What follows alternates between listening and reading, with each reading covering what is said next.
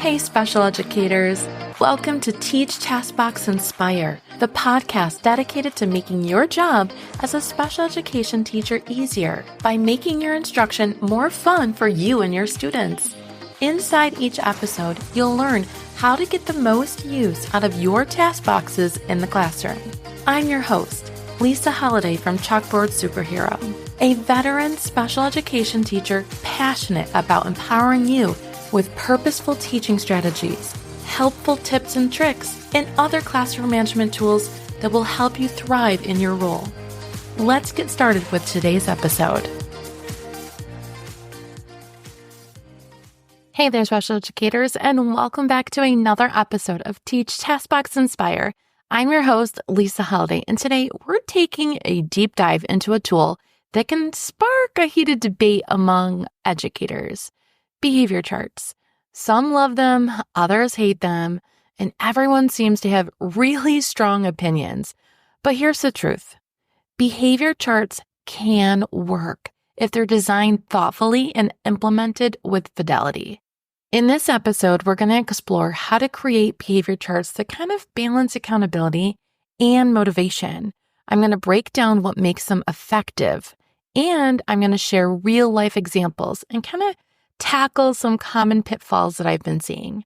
Whether you're new to behavior charts or looking to refine your system, you're in the right place. So let's get started. All right. So why do we even use behavior charts in the first place?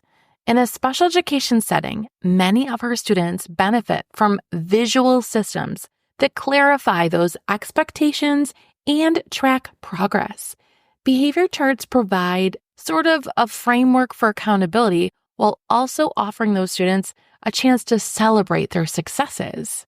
But let's be clear, behavior charts aren't a magic solution. It's not a magic wand that you can wave and all of a sudden the student's going to behave. That's not how this is going to work. They work best when paired with other strategies like consistent routines, positive reinforcement, and very, very clear communication. I want you to think of this chart as like one piece of a much larger puzzle. You cannot just say, well, I made them a behavior chart and he's not behaving. That's not where it needs to end, right? So behavior charts can also empower your students by giving them ownership of their progress. When done right, they really do encourage self-monitoring and they help them feel proud of their achievements, no matter how small. So now that we kind of know what a behavior chart is and why it matters, let's talk about how to make them work. So there's kind of three essential components to really any effective behavior chart. Number one, first, set specific measurable goals. Vague targets like be good don't give students enough direction. Instead, I want you to aim for really concrete behaviors like complete one task without leaving my seat or responds to prompts with kind words. Remember, the goals need to be realistic for the student. For a child who struggles with staying on task, expecting them to stay focused for an entire hour may not be achievable right away. So start small and build from there. I've once had students with two different behavior charts, one for the morning and one for the afternoon. So they would get to fill out their behavior chart for period 1 through 4, and then they earn whatever reward that they're working for. And then in the afternoon, they would do the same. Because sometimes staying focused all day long is really hard for some students. Number 2, consistent and immediate feedback. So this feedback should absolutely be immediate, whether it's a sticker or smiley face or verbal praise. Students need to know right away when they've met their goal. This connection between behavior and reward is what really enforces those desired actions. So every single time I see my student behaving or doing what we ask them to do, I am rewarding them. So right now I have a student who earns, I color in Pokemon balls for the student. And anytime he is staying on task or listening to the teacher or whatever goals I have him working on, I make sure that I tell him, Johnny, you're doing a really great job sitting in your chair for all those 20 minutes when the teacher was talking. And I'll color in that Pokemon ball. So that is kind of how I want you to think about that immediate feedback. Because once they hear that feedback, you will start reinforcing the behaviors that you want to see. Number 3, personalization and student input. I want you to involve your students in this process. Let them choose their rewards. Have them help you design their chart, or even naming it something fun. So one of my students once loved dinosaurs, so we called his system the Dino Tracker. Each time he met a goal, his dinosaur moved closer to that volcano. It was a small change that made a big difference in his engagement. He helped make that Dino Tracker. And so every single time he used it, he felt, like an accountability, like this is my tracker. I made this tracker. Also, he loved dinosaurs, right? So this was super engaging for him. My student right now loves Pokemon. So using Pokemon balls in 5th grade is really engaging for that student. So make sure that you're personalizing these for every single student. All right. So let's talk about avoiding common pitfalls. Behavior charts can be incredibly effective, but only if we avoid some of these mistakes that I see all the time. So let's kind of unpack those. Number 1, overcomplication. If a chart is too detailed or cumbersome or has too many steps, it honestly becomes a burden for both you and the student or the teaching assistant who is taking all the data. So keep it simple. 1 to 3 goals at a time is plenty. Also, don't have too many steps where you're, saying, okay, if he gets 2 balls colored in and then 2 balls equals 5 balls. And then if he gets 5 balls, no, it needs to be simple. If somebody else is helping that student with that chart, they should be able to understand what's going on as well. All right, number 2, public shaming. Never use behavior charts to publicly shame the student. And I know some of you are like, Lisa, who would even do that? But systems like moving clips down or marking red on a visible chart can really cause embarrassment and resentment from that student. So instead, I want you to focus on private, positive reinforcement. So walking over to the student and whispering in their ear, "Great job, Johnny. I love how you're sitting," and giving that reinforcement kind of discreetly really helps that. If you yell across the room, "Johnny, what are you doing? You're not following your behavior chart," is really embarrassing, and we want to try to avoid that, if at all.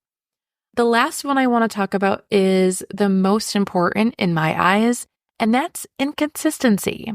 A behavior chart is only effective if it's used consistently. Skipping rewards or forgetting to update the chart sends mixed messages. Build the chart into your daily routine to make it seem seamless. You have no idea how many classrooms I would observe, and I would walk in and the teacher would tell me, yeah, we follow the behavior chart, but the behavior chart was nowhere in sight. It was not near the student. The student didn't have access to it. If they're working on every half an hour and it's at the end of the day and they say, oh, well, we just fill it in at the end of the day. No, make sure that you're filling in that chart with fidelity. You have to be on top of it, or the teaching assistant has to be on top of it, right? It cannot just be hidden somewhere and you fill it out. Also, if they're earning a reward at the end of the day, that reward needs to be turned in. If they're turning in their behavior chart to you, they've earned all of their points. You need to give them whatever reward it is that they're looking to earn right away. You can't say, oh, I'll hit you up tomorrow. That's not going to work. They need to be rewarded at the end of the day. By the time they get home and go to bed and come back the next day, everything that they have done the day before is lost. All right, so let's talk about real life success stories. So here's a few examples to kind of inspire you. So I once had a kindergarten student who earned a sticker for every 5 minutes he stayed on task. Once he earned 5 stickers, he got to pick a reward like dancing to his favorite song or playing with his sensory bin. It was simple, immediate, and it really kept him motivated. A lot of times people will look at a token board system for this type of student, but it can also be called a behavior chart. For middle school students, a token system can be a game changer. Students earn tokens throughout the day or the week for meeting certain goals, which they can trade in for bigger rewards like extra Chromebook time or a snack from the classroom store or whatever it is that you have, they get to pick out of the treasure box or what have you. So for middle school students, this can look like a point chart system or coloring those Pokemon balls or earning dragons or whatever it is that they like. You want to make sure that you're sitting down with that student.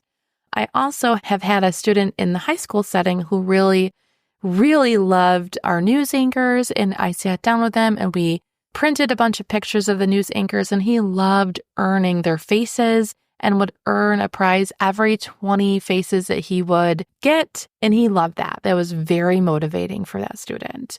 But one of my favorite examples was a student who loved superheroes. His behavior chart involved, kind of quote unquote powering up his favorite hero with each goal he met. So by the end of the week, his hero was fully powered up and ready to save the day. And I know it seems silly to kind of break things down like this, but it really motivates them to stay on task, stay with those expectations, those behavioral expectations, and really fall in love with whatever it is that you're using. So before we wrap up, I do want to emphasize one thing. Behavior charts are just one tool in your toolkit. To truly support students, you need to combine them with other strategies like teaching replacement behaviors, using social stories, building those strong relationships, using positive reinforcement. All of these together is what's really going to make that behavior change. You cannot just say, okay, I made him a behavior chart and now his behavior is magically going to change. That is not how we change behaviors. So for instance, if a student's struggling with shouting out answers, their chart might include a goal like raise my hand before I speak. But you'll also want to explicitly teach them what raising their hand looks like and why it's so important, and then practice it in real time. So maybe you might pull them aside and practice how to raise their hand, and maybe even have a verbal cue or a gestural cue or some kind of visual prompt on what raising their hand might look like, and throw that onto the chart. So to kind of sum it up, behavior charts can work wonders when they're clear, consistent, and personalized to the student. They're not about perfection, they're about progress. Celebrate every step forward, no matter how small, because those moments add up. Thanks for tuning in to this episode of Teach, TaskBox, Inspire. I'm so glad you found this episode helpful. Until next time, guys, bye-bye. Thanks for tuning in to this episode of Teach, TaskBox, Inspire. I hope you've gained some tips and motivation to fuel your week ahead. If you're ready to explore more strategies for empowering your students as independent learners, be sure to dive into my free training at chalkboardsuperhero.com/training. And don't keep all this knowledge to yourself. Share this episode with your special education teacher friends who could use some motivation and inspiration. One more thing before you go. If you're finding this podcast helpful and want to show support, head to Apple Podcasts and leave your rating and review. Until next time, keep teaching, taskboxing, and inspiring.